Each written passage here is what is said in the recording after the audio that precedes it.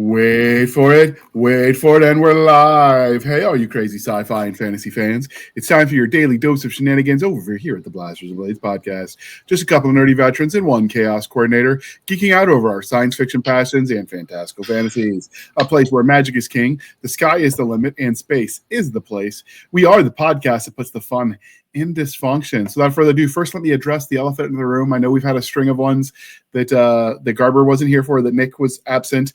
I promise nobody fired him, but we've got Nathan over here on Canada time, and their time is sort of not like a regular people time. It's kind of ethereal, and unfortunately, Nick, when we record this, is at work doing worky work things. When are you and the rest of the Canadians going to get off Narnia time and get back on like world time? You think that's going to happen in our lifetime? That gets into politics, and we promise no politics on the show, so this is true. No but like the quest for maple supremacy just is getting out of hand. Just a little bit, but we can't really talk about that because of non-disclosure agreements. This is true. Do you think we'll ever find a substitute for maple syrup so we can finally just get world peace? So I've heard rumors. Yeah, I've heard rumors that that the maple syrup cabal was created by the Illuminati as an attempt to control the world, one taste bud at a time. Care to comment? No comment. All right. So today's episode is a short interview about a short story. We're talking again about the Deadly Flames, Dragons in Combat, a Bayonet Books anthology, book 11. If you have other anthologies that you absolutely loved, hit us up and we will try to schedule some of those authors as well. We are not doing just the ones that I publish. We'll do other ones too if people come to us. Absolutely okay with that. I do love short fiction, so it's kind of a passion of mine. And with that, we have Nathan on deck today. So could you introduce yourself to our listeners and viewers at home? I am Nathan Pedde. I am this podcast's resident Canuck, all the way up here in Canada, though it's not really Canada because it's Vancouver Island at the moment. So the rest of the country is covered in snow, and the flowers are blooming. And it's January. Anyways, enough about gloating to the other Canadians out there who are watching this shoveling their driveway. I write science fiction fantasy with an aim towards military sci-fi and military fantasy, as well as crime thrillers, which I am currently working on now, as well as a medieval mecha story, which is what this is what it's about.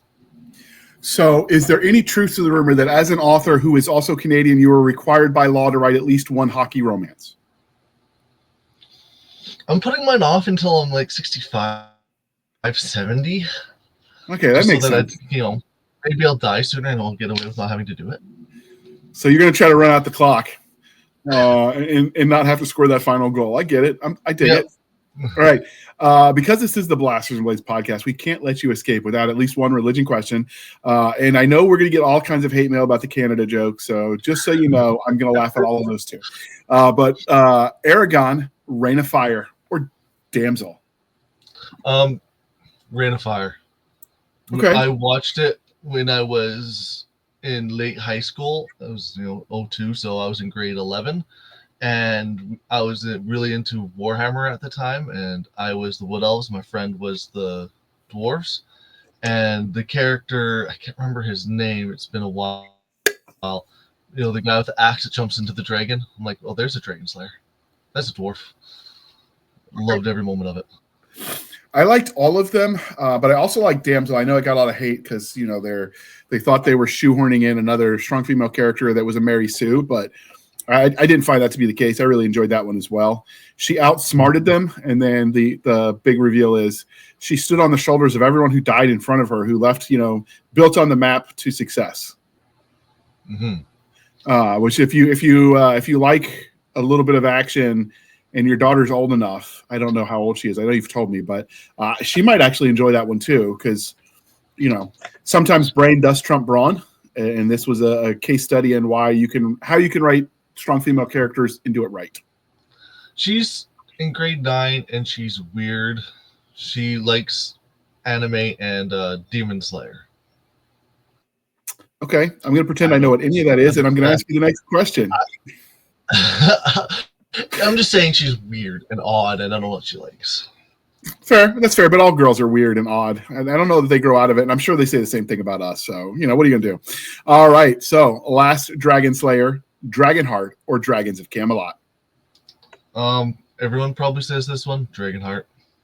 Trick question. I like all of them. Can't go wrong with Sean Connery. No, you can't. That man is a gift from the gods to us mere mortals with his acting talents. He was a gift. Was a gift. In my heart, he's still alive. Okay. Last of this set of three. So, Knights of the Damned, Wyvern, or Dragon Fury? Knights of the Damned. Okay. For the sole reason that it's just campy as... Fair. And I liked all of them. So again, that's valid. I put all of the ones on the list where there was no wrong answer, so there'd be no wrong hard feelings because I liked all of them. Although Reign of Fire is right up there. It's right up there with the 13th Warrior. It's on the rewatchability scale. It's pretty cool. In fact, about the only thing... What's that? I need to watch 13th Warrior again. It's been a bit. It's one of my faves. It's awesome. The only thing that would make it even cooler is if they did add a dragon. They need to do a sequel. We do. Beowulf's up there too. If you've seen the movies that came out of that old story, but I've read the original one as an undergrad. I think it was in Middle English, if I remember correctly. It's been a while, but I read it in the original. I don't know that I could still read it. I'd need the footnotes, Cliff Notes version at this point in my life. But all right. So in case you missed it, all of these movies had one unifying theme. So that's right. The best dragon stories. So let's see what this Deadly Flames, Dragons, and Combat Anthology is all about. So movie trailer voice people, and don't worry, I will not quit my day job. Prepare for a fierce battle as you step into a world where dragons clash with courage and ferocity. In these 17 gripping tales, heroes rise and fall, facing fire-breathing foes in epic confrontations. Each story unravels a unique conflict from desperate towns defending their homes to warriors seeking vengeance. Meet the brave and the foolhardy, each with their own motives. Discover the price of power and the cost of survival. Will they conquer the flames, or will they be consumed? Dun, dun, dun. Join the fight. The dragons await, and the stakes are deadly. All right. I almost got it, so I'm going to give myself for this one like 7 out of 10. 6, sorry. Ooh. Everyone's a critic. All right. So, Nathan, what was your short story in this anthology titled? The short story is The Jotunni, the Zombie Dragon. I want you to know that normally when we do cover title, when we pick a name of what author goes on the cover, generally it's just the biggest selling author, right? Like it's whoever the draw is. And so this time my mother decided to mix it up when she was prepping this one. She picked the story she liked the most. Although she liked all of them, she had a short list and then she just rolled dice, and she really did like your story. That's good. I mean, technically, all of the stories were on the short list, like because she liked them all, and she did roll with dice. But I'm sure she liked yours more. Well, when I saw the cover and I saw my name on it, I assumed there was an error, and I called you to say, "Hey, you made a mistake. That shouldn't be there." I'm in the and more category. Did your wife were they all proud of your wife and kids proud that you made the title at this point? That's awesome. My kids had to show my mom, their grandmother, and I think she bought the book already. Awesome. So it's a really good story, and it could just be you're wearing her down because you submit to all of our anthologies. So maybe she's like, oh man, that Nathan guy again. Maybe he'll send me free maple syrup if I put his name on the cover. All right. So waiting for your mailing address for that, just so you know. Anyways. Okay, I'll send it again. But all right, so we wanted to see a quick episode. So what is the basic synopsis of your story without spoilers, because we do want people to read the stories? Greyfell Gilson, pilot of a 15-foot-tall Jotunni mecha and mercenary with the airship Folkestone, hunts for monsters and bounties, holding many titles and accomplishments and accolades, none of which can save him if a madman reanimates an evil dragon, Lakarmi Ajonaro. It's Finnish for bad dragon. I can't pronounce it. His name. Sorry, audio narrator. Sorry. The ruined temple complex of Draken Hill stirs and rumbles with undead life. Necromancer and Count Parthilan race desires enough wealth and power to defeat his illegitimate brother, the Duke. His plan: raise an army of the dead with a great dragon's corpse as his mount. The dragon has other plans. As the ancient beast ruled the world eons before, he'll rule once more unless Greyfell can stop the mad count before he completes his rite. The necromancer and madman must not awaken the ancient evil. He should leave it where it lies, if he had more brains than ambition. Don't think I've ever seen a zombie dragon in fiction, so that was a first. But I'm here for it, so it works out. So does this story fit into a larger universe?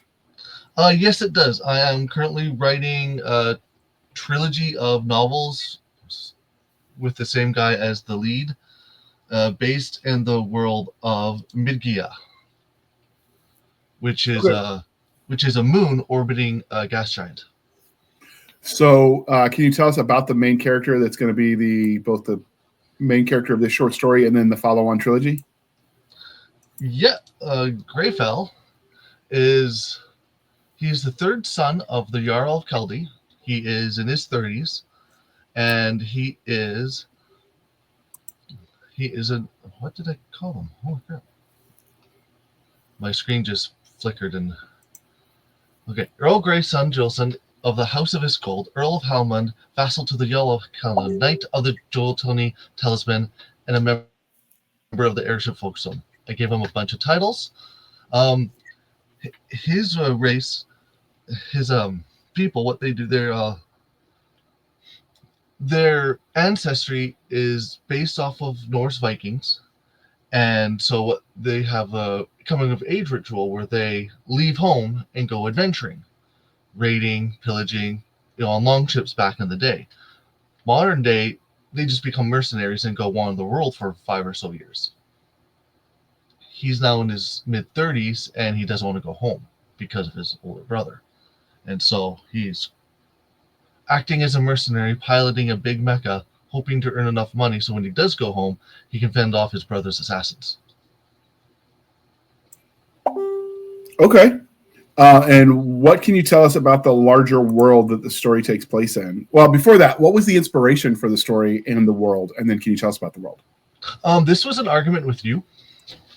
Okay. We were talking about sci-fi mechas, and I argued that you can't justify the creation of a mecha unit like we see on like Gundam and stuff, and I can't couldn't justify it. Doesn't get to the big stage, gets destroyed before then.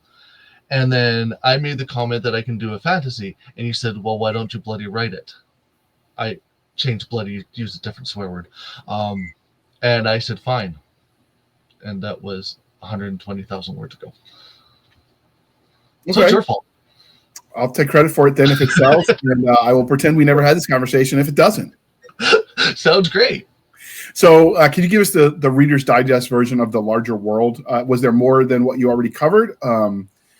Space Vikings is kind of cool. So I'm curious. It is fantasy. It's not Space Vikings. It's not a planet. It is a moon. It orbits a gas giant, which I thought would be a little different and neat because most of the time it's just a pseudo Earth. And in this world, magic is everywhere. Magic is it's in everything, except if you know how to. It's kind of like electricity. If you know how to control electricity, you can use it to do wondrous things. Same idea here, and so.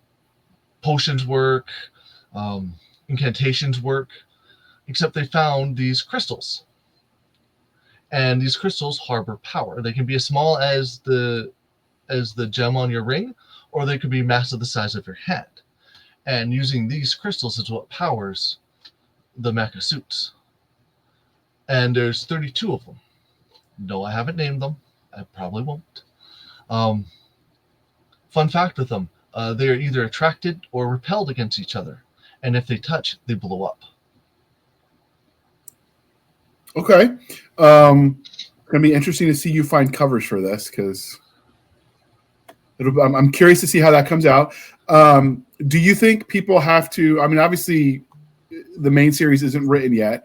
or isn't published yet. But do you think people can enjoy this story as a standalone, or do they have to be kind of familiar with the world it's going into? Oh no, this is like this is a standalone. It's a standalone adventure. You don't need to know anything else about them.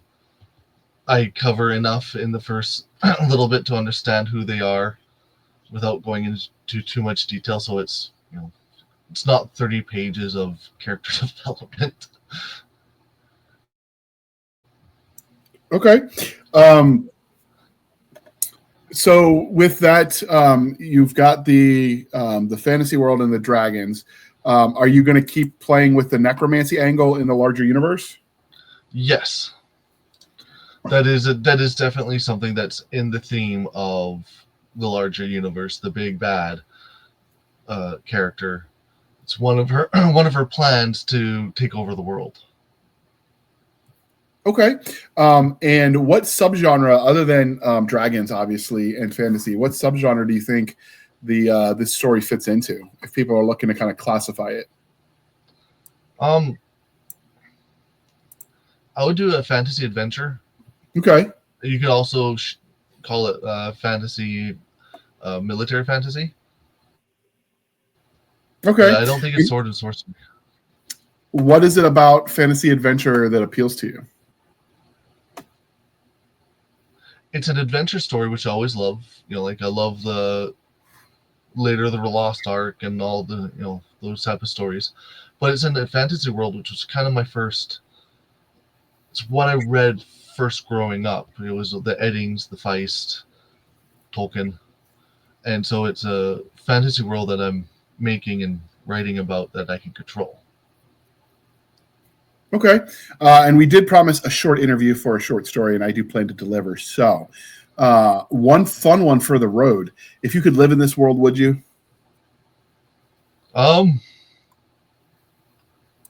50 years before the present date, yes, because it's quiet. So with the right plot armor, you'd try it. Exactly. It's there's a bunch of stuff in the greater universe that's going on, a bunch of immortal wizards and jazz. Again, this is not spoilers. This is told in the first couple pages of the story, that are trying to take over the world. And so once that happens, life expectancy gets short. Okay. This is the part of the interview, because we don't want to go too in depth. I do want you to read the story.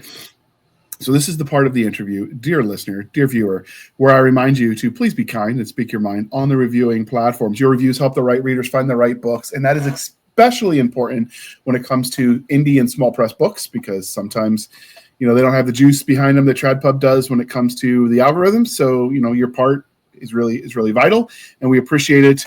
And if you're reviewing an anthology and there's one story or another that jumped out at you, be sure to call it out in the comments, because the authors involved love to know what you think of their story.